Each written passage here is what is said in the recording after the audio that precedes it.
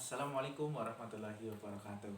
Kembali lagi di channel Dede Lutfi Hidayat. Ya, pada kesempatan kali ini saya akan berbagi tips ya tentang simulasi mengajar guru penggerak dan juga trik-triknya bagaimana supaya bisa mengajar 10 menit dan juga nanti ada pertanyaan di akhir. Nah, untuk itu simak video selengkapnya. Ya, dari video sebelumnya banyak sekali yang bertanya di komentar ya, bagaimana sih triknya atau tipsnya dari bisa mengajar selama 10 menit dan juga harus bagaimana sih yang harus kita lakukan agar kita lolos. Nah, untuk itu yang pertama, kalau menurut saya pribadi, yang pertama yang harus kita lakukan adalah kita harus menghafal RPP-nya. Kita harus benar-benar tahu RPP kita yang kita buat.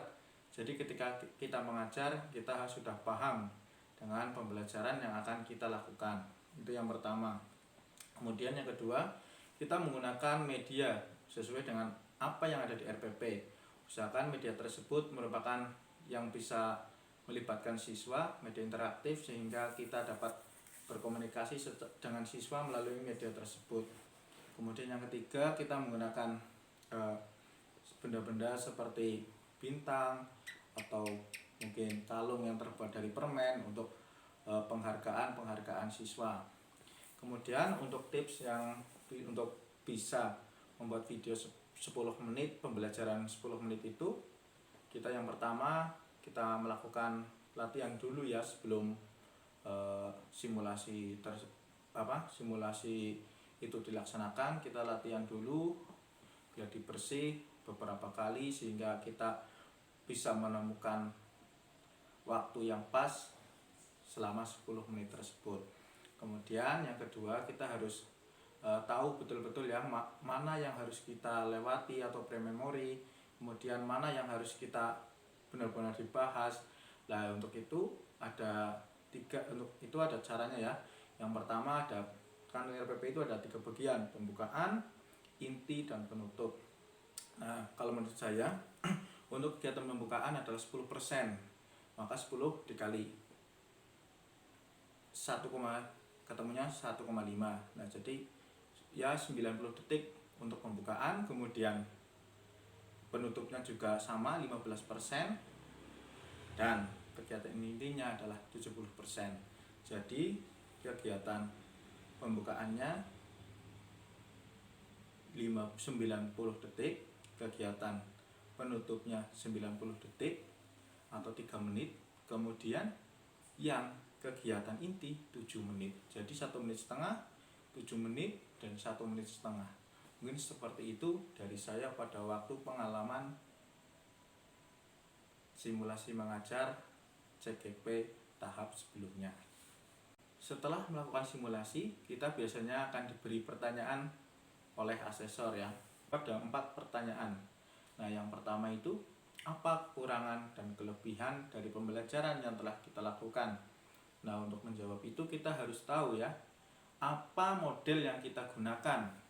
Misalkan contoh di video pembelajaran saya menggunakan model PPL, maka jelaskan kelebihannya menggunakan model PPL apa, kemudian kekurangannya itu apa.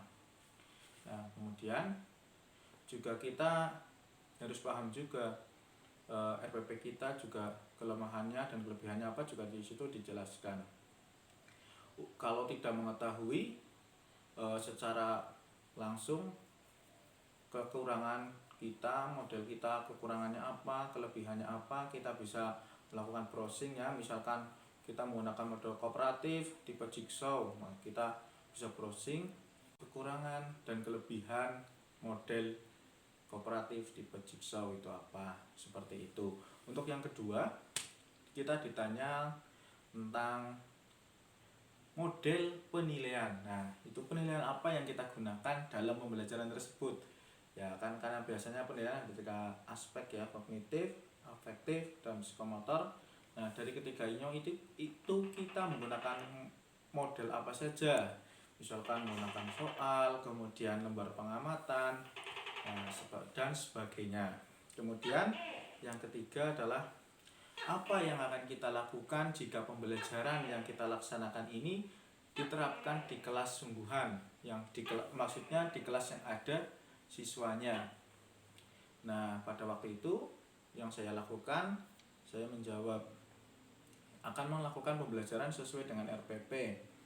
Itu yang pertama. Kemudian karena saya ini melakukan simulasinya di rumah, karena waktu itu jadwalnya memang siang, jadi saya tidak menggunakan proyektor. Nah, maka saya menjawab ketika saya melaksanakan pembelajaran di kelas, maka saya akan melakukan pembelajaran dengan proyektor. Yang keempat adalah soalnya itu dari penilaian yang sudah kita lakukan tadi, misalkan ada lembar pengamatan, ada soal-soal, itu apa yang akan kita gunakan, maksudnya digunakan untuk apa. Nah, kalau soal yang keempat ini saya jawab yang pertama adalah untuk refleksi pembelajaran selanjutnya. Nah, dari kegiatan pembelajaran hari ini, kira-kira kekurangannya apa dan kelebihannya apa, sehingga untuk pembelajaran berikutnya kita bisa melakukan pembelajaran lebih baik dari pembelajaran hari ini. Kemudian misalnya untuk penilaian kognitif, oh ini masih lemah pada materi ini, maka materi untuk pembelajaran selanjutnya bisa kita menggunakan media mungkin yang lebih baik dari media sebelumnya, seperti itu. Kemudian yang kedua, karena memang ada penilaian kognitifnya menggunakan tes, nah di situ maka kegiatan digunakan untuk penilaian ya, untuk penilaian yang nantinya akan dimasukkan ke dalam hasil belajar siswa di akhir semester. Ya, mungkin cukup sekian video kali ini. Kurang lebihnya seperti itu. Semoga bermanfaat bagi kita semua. Terima kasih. Wassalamualaikum warahmatullahi wabarakatuh.